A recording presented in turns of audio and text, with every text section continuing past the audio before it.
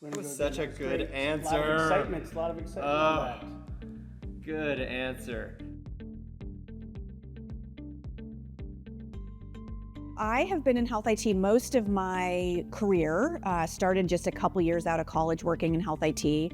I was drawn to a healthcare-related industry, having grown up with parents who were both care providers, but I didn't want to do that myself. I was really interested in the technology intersection and how much it was changing. And so now that I've been in the industry for quite a while, what I find I enjoy the most is healthcare IT is never the same. It's always changing. It's a really kinetic and exciting industry because technology is changing and health policy is changing.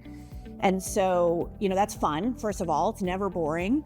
But it also is really fulfilling because we affect patient care. I know that the technology that our company puts out affects patient outcomes. It affects how the care provider makes decisions and helps those patients. And, that feels good, honestly. I actually have had a really interesting career path. I came in, I majored in college in constitutional history. I thought I was going to be pre-law. And I ultimately decided I didn't want to go to law school and kind of followed this different path. I started working in marketing and really got to know kind of the totality of the business by working in marketing for a few years. Then I had an opportunity to help run an organization that was focused on information exchange and how can our software be more broadly utilized for health information exchange. So this was back about 15, 16 years ago. And as the industry evolved, it became really clear that health IT was going to become a regulated industry. And so I was asked to create the government affairs function for Altera, and have been doing it ever since about 2008. So I've had these really different positions, but what I find is that I bring those experiences and I bring those different roles and the different things I learned into my current role. So even though I'm working with the government and I'm helping us comply with our various regulatory requirements, I find that I still bring that, branding thought or that messaging thought out and about, and it really is helpful. So it's been this nice iterative experience that has worked out really well.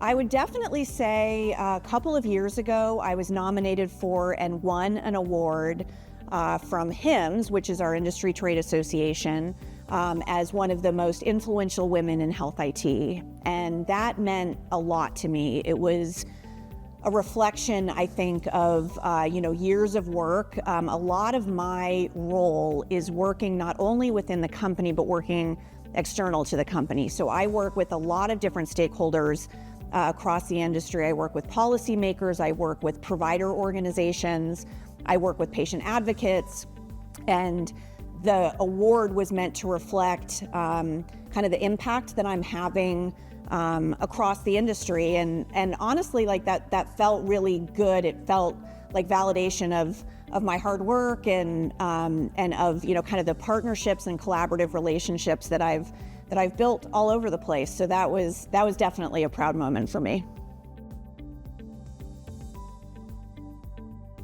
So the core value that I appreciate and that I think is really representative of how Altera works and the larger Harris business is bad news doesn't get better with time.